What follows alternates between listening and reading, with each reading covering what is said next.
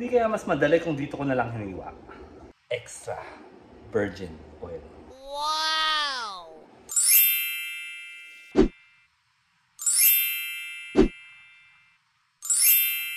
Kasi pag hindi mo siya minix na maigi, yung iba maalat.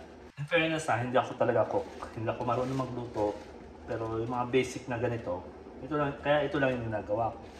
Usually mga barbecue yan. Diyan ako mahilig. On mo lang yung oven, 350 degrees. Usually mga 20 to 30 minutes. And now for our next dish. So simple lang no. Ito, I just put onions and burgers. Para siyang ano, I'd say beef tapa.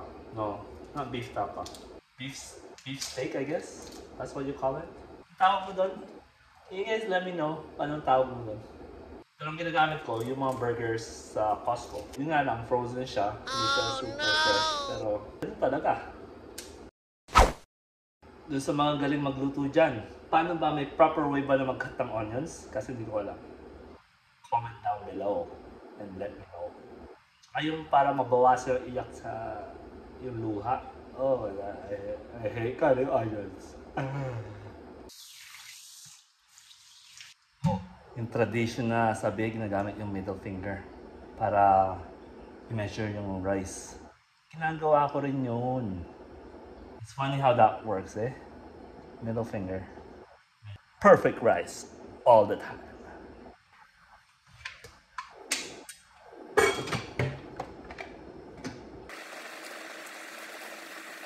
Hello.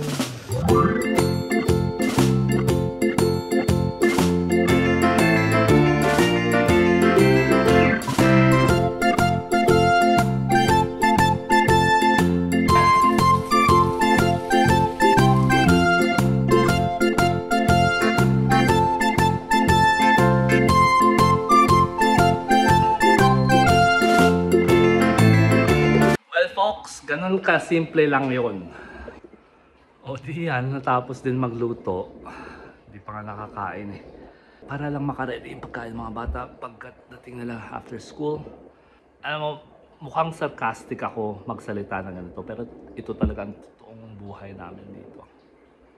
Hindi lang napapansin ng iba na super busy ka talaga dito. Parang kulang pa nga yung 24 hours eh. Ang bilis ng oras. Oh no! Pasok na ako. Kakaupo mo pa lang, kailangan mo nang tumayo. Hassle, diba?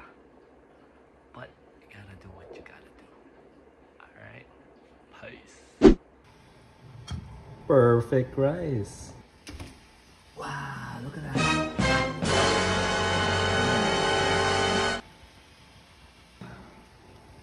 Oh. Pang restaurant, diba? Tikman natin yung beans. Talagang laking tulong ng Mamacita. Sarap sa lasa. Try naman natin yung potatoes. Let's try it. Ooh. Hot. Pero, it's juicy. Not dry. Tsaka yung spices niya talaga, it complements the taste. See? Just try it. It's simple.